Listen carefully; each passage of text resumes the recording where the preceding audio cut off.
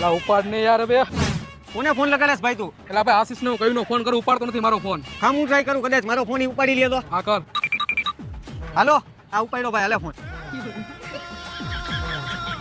હાલો ભાઈ, ક્યાં હું હાલ બહાર જાઉં તું? અરે તો ભાઈ તું જાતો, મારી પાસે ટાઈમ નથી આવું. એટલે ભાઈ આવવાની ક્યાં ના પાડસ? મેં નીલીને બોલાવી લીધો હે. મિલ્યો આવે છે આપડી આરે તો ખામ હમણાં હું આવું.